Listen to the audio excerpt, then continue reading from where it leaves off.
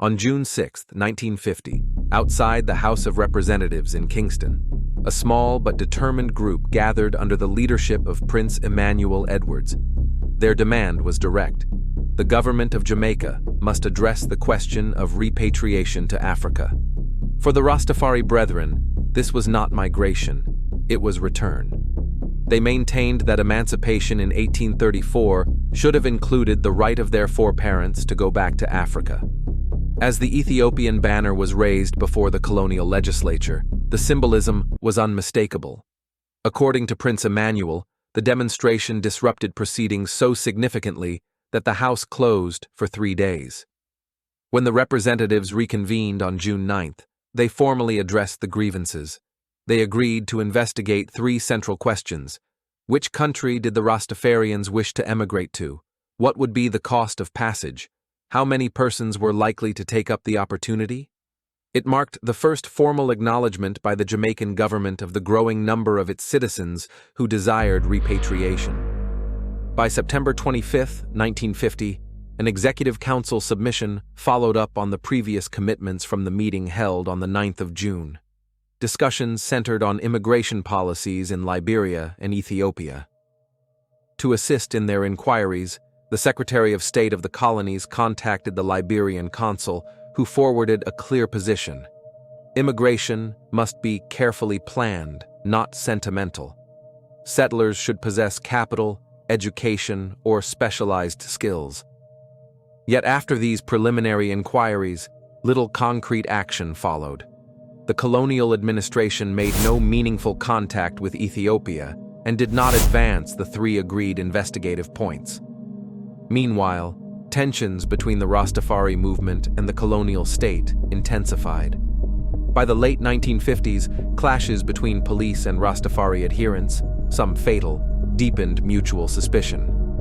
Amid mounting hostility, leading Rastafari figures approached the University College of the West Indies to conduct an academic study of the movement, hoping to dispel fears that it was subversive. In 1960, Vice-Chancellor Sir Arthur Lewis commissioned Roy Augier, M.G. Smith, and Rex Nettleford to investigate the beliefs, aims, and living conditions of the Rastafari community. After 2 weeks of interviews in Kingston, the team submitted their findings to Premier Norman Manley. The report's recommendations focused largely on improving the socio-economic conditions of the Rastafari community. But one recommendation stood out. The government should sponsor a fact-finding mission to Africa to explore the possibilities of emigration. To Rastafari adherents, this was an opening, a pathway toward long-desired repatriation. To the government, however, emigration was framed less as spiritual return and more as a potential solution to Jamaica's surplus population. The tension was ideological as well as political. Jamaica stood on the threshold of independence. Nation-building required unity. Rastafari, however, openly rejected Jamaican national identity, declaring allegiance to Ethiopia and Emperor Haile Selassie. For some, even entertaining emigration threatened the fragile project of Jamaican nationalism. Nevertheless, Manley approved the mission. Meetings were held with the Manley government and leading Rastafari members. Sensing that Premier Norman Manley was trying to use the fact-finding mission to Africa as a ploy to gain the movement's support of the People's National Party, PNP, some of the Rastafari Brethren began to voice their distrust. Prince Emmanuel, along with Sam Brown, were among this group. Subsequently, 3 members among the Rastafari were chosen to be a part of the fact-finding delegation: Mortimer Plano, Fillmore Alvaranga, and Douglas Mack. On the 4th of April 1961, the delegation comprised of 9 persons left Jamaica to visit 5 African countries: Ethiopia, Liberia, Nigeria, Sierra Leone, and Ghana. Leading the group was former mayor of Spanish Town, Dr. L.C. Leslie, who along with journalist Victor Reed were the 2 advisors. The remaining members of the mission were mainly from Back to Africa groups: Dr. M.B. Douglas of the Afro-Caribbean League, Cecil Gordon of the Ethiopian World Federation, Zeeb Monroe Scarlett of the Afro-West Indian Welfare League, Westmore Blackwood of the UNIA, E.H. Lake Minister of Social Services in Antigua, as well as the aforementioned members of the Rastafari movement, Plano, Mac, and Alvaranga. On April 4, 1961, the 9-member delegation departed Kingston. Landing in New York, they met with members of the UNIA and EWF, as well as visiting the United Nations building. The mission then headed for London, where they spent a week. While in London, they visited the House of Parliament and the Westminster Abbey. The Rastafari members of the mission also sent a letter there to Queen Elizabeth demanding reparations and repatriation. The mission arrived in Addis Ababa on April 16th. There, they were received by Getane Haile Mariam from the Commonwealth Department of the Ministry of Foreign Affairs. The mission also toured Ethiopia, visiting schools, farms, and even the Imperial Lion's Den, which housed 21 lions. The mission then met with His Holiness, Abuna Basilios, Archbishop of the Ethiopian Orthodox Church. The Rastafari members used this opportune moment to discuss their views of the emperor as God incarnate, an idea to which the Abuna resisted. However, after debating scriptures, he agreed the text could be interpreted that way. The mission was to meet with the emperor on the 18th of April, yet the meeting was postponed, allowing for the delegation to meet with more Ethiopian officials. During their meeting with the Minister of National and Community Development, the minister assured his Jamaican visitors that land was available for them to settle. However, the ministers all directed the mission to the imperial government. After their meetings with government ministers and church leaders, finally, on April 21st, the mission was allowed an audience with Emperor Haile Selassie himself. At the imperial palace, the emperor welcomed the delegation warmly. Speaking through an interpreter, he declared that the black people of the West, particularly Jamaica, were blood brothers to Ethiopians. Ethiopia, he said, was large enough to receive Africans in the diaspora, but the right people must be sent. After the formal audience, the 3 Rastafari representatives presented personal gifts: a carved wooden map of Africa bearing the emperor's likeness, photographs of Rastafari brethren in Jamaica, a red, gold, and green woven scarf, and an image of a widow and 6 children whose Rastafari husband had been killed by police. The emperor inquired about their welfare and indicated he would assist where possible. The mission also visited Shashamane, the land granted to people of African descent who supported Ethiopia during the Italian invasion. There, they met West Indians who had lived in Ethiopia for nearly 2 decades. Ethiopian officials repeatedly affirmed openness to settlement, particularly for those willing to engage in agricultural development.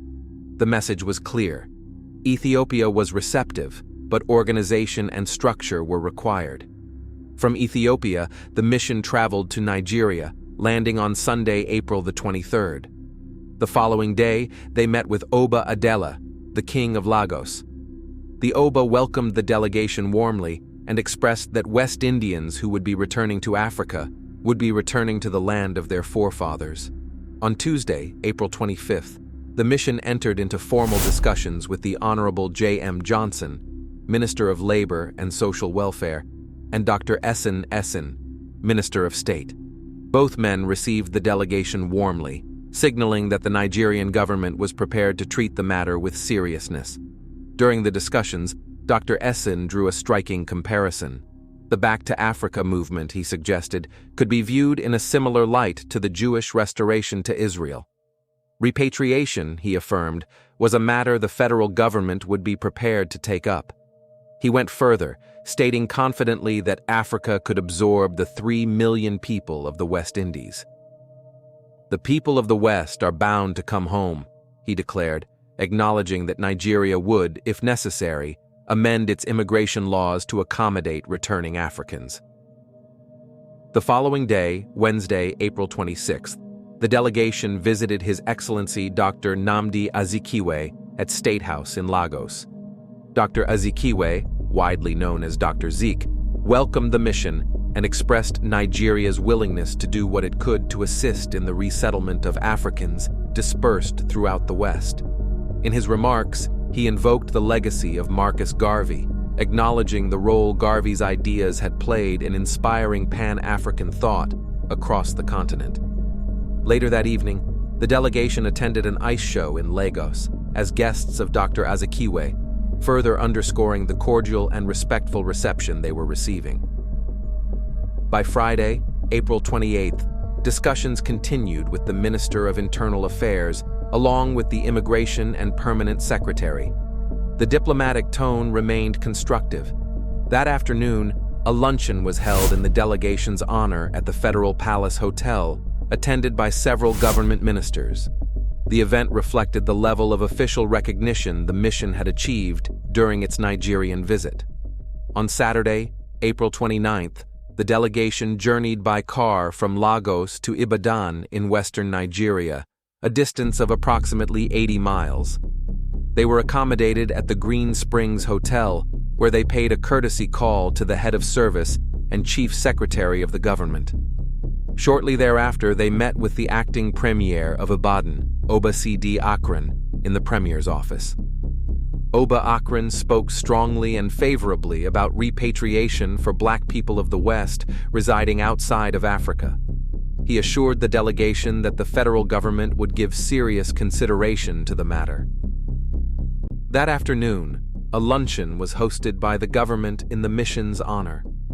Throughout their time in Ibadan, the delegation encountered numerous West Indian residents, a living testament to the historical ties between the Caribbean and West Africa.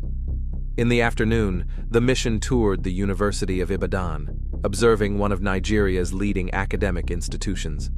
Later that evening, West Indian residents in Ibadan hosted a cocktail reception at the residence of the Solicitor General, Mr. Alexander, known locally as Agodi, a Jamaican-born citizen who had established himself within Nigerian society.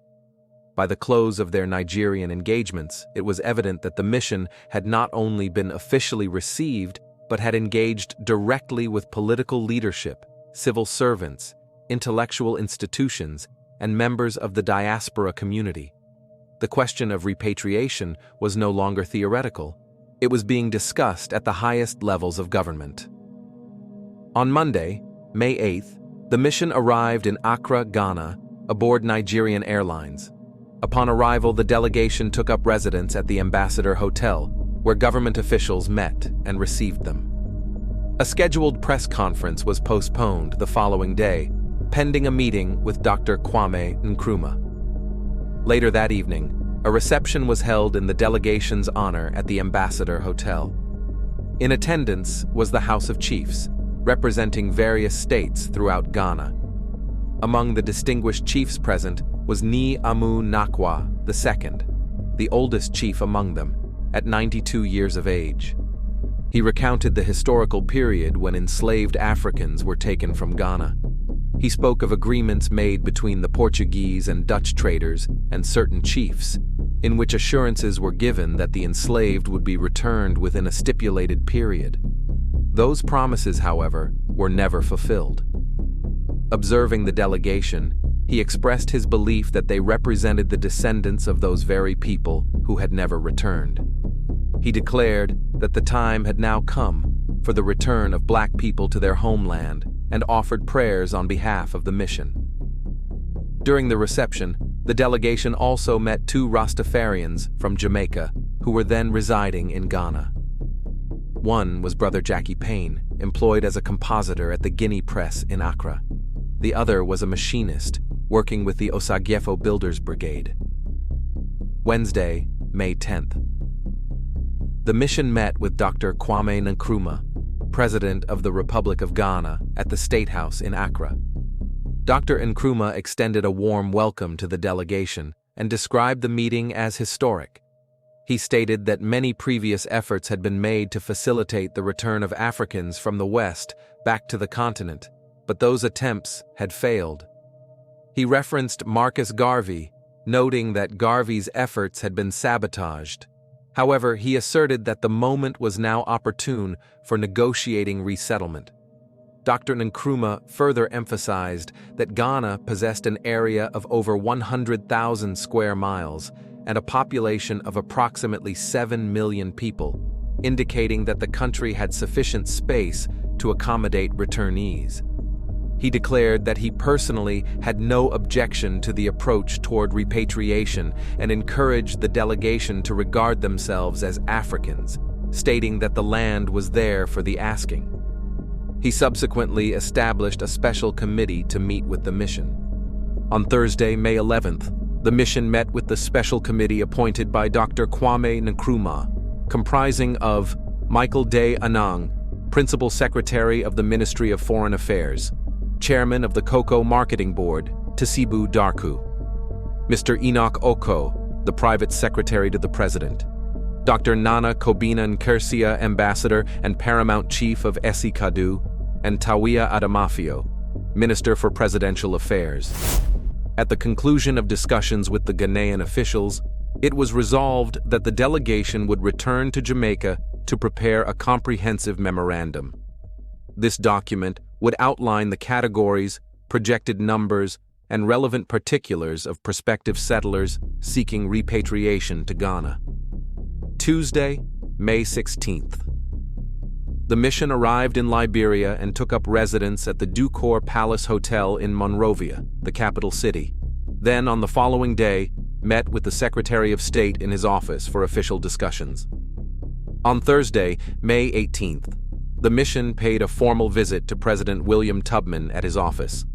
The president welcomed the delegation warmly and explained that since the founding of the Republic of Liberia, immigration laws had existed permitting people of African descent from the West Indies and other parts of the diaspora to settle in Liberia. He spoke highly of Marcus Garvey and expressed admiration for his work and legacy. That evening, the mission was invited to attend a ball held at the State House Hall in Monrovia. Friday, May 19th. The mission visited President Tubman's private farm, located approximately 90 miles from Monrovia. During the visit, the president showed the delegation his private zoo. Later that day, President Tubman hosted a dinner in the delegation's honor at Cuckoo's Nest, a countryside restaurant. During the gathering, he invited the Rastafarian brethren present to offer the blessing over the table.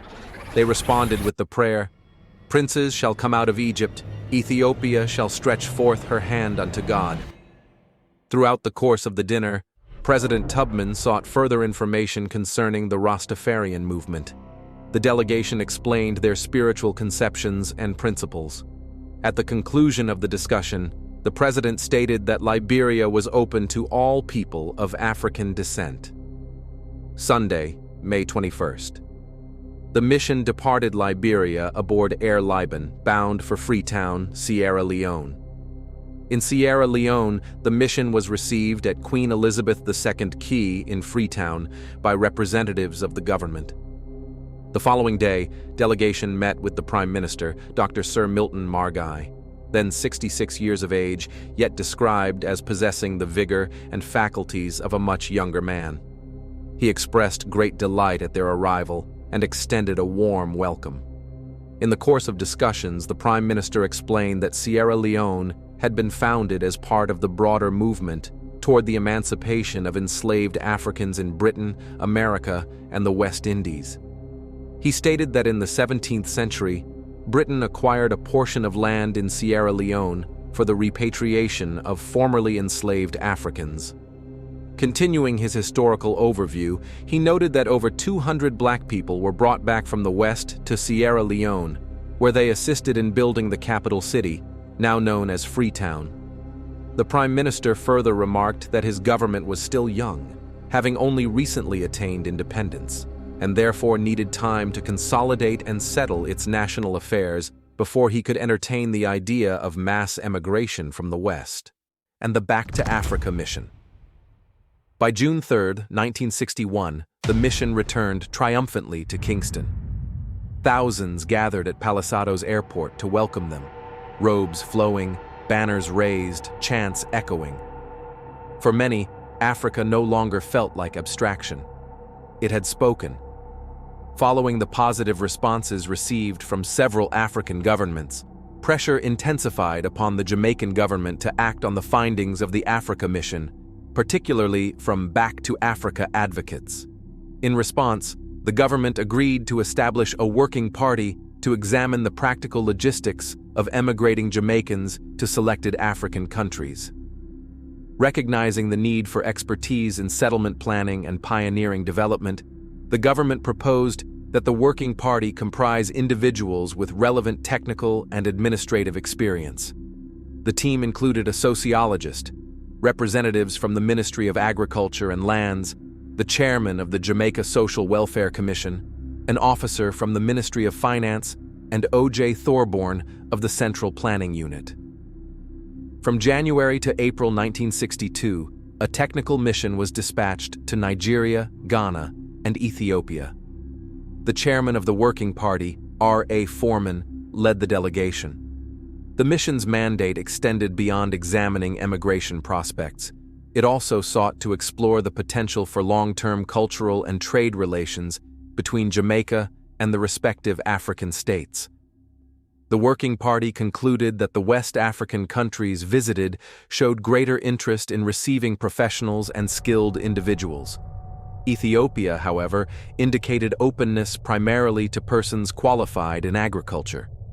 The government of Emperor Haile Selassie was actively engaged in cooperative farming methods and expressed interest in acquiring up-to-date agricultural techniques. The technical mission further reported that, given the deep admiration many Jamaicans held for the emperor and for Ethiopia, the Ethiopian authorities were prepared to make land and citizenship available.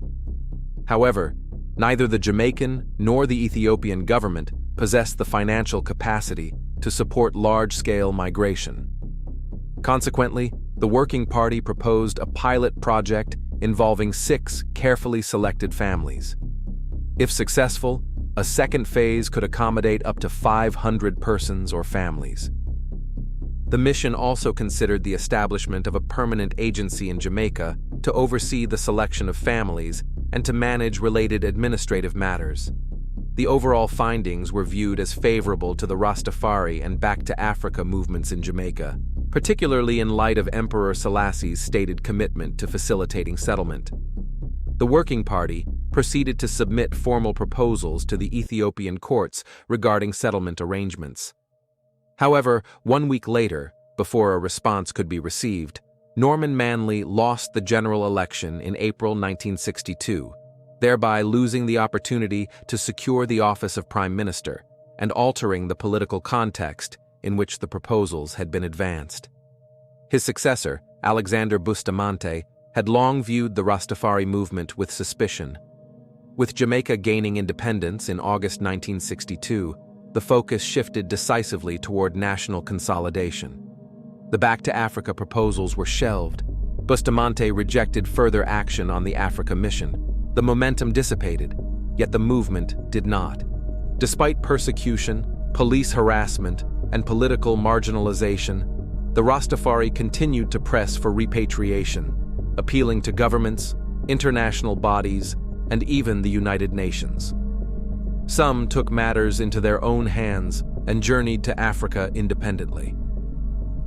Ethiopia remained the spiritual and symbolic axis of the movement. Emperor Haile Selassie had allocated land for settlers as early as the 1930s and had long articulated a vision of development that included people of African descent from abroad. Though state support in Jamaica waned, the Rastafari vision endured. If the 1950s had been the decade of confrontation and the early 1960s the moment of diplomatic possibility, the years that followed would become the crucible of perseverance. The dream of repatriation, tested, delayed, politicized, did not disappear. It entered what many would later call the classical era of the Rastafari movement.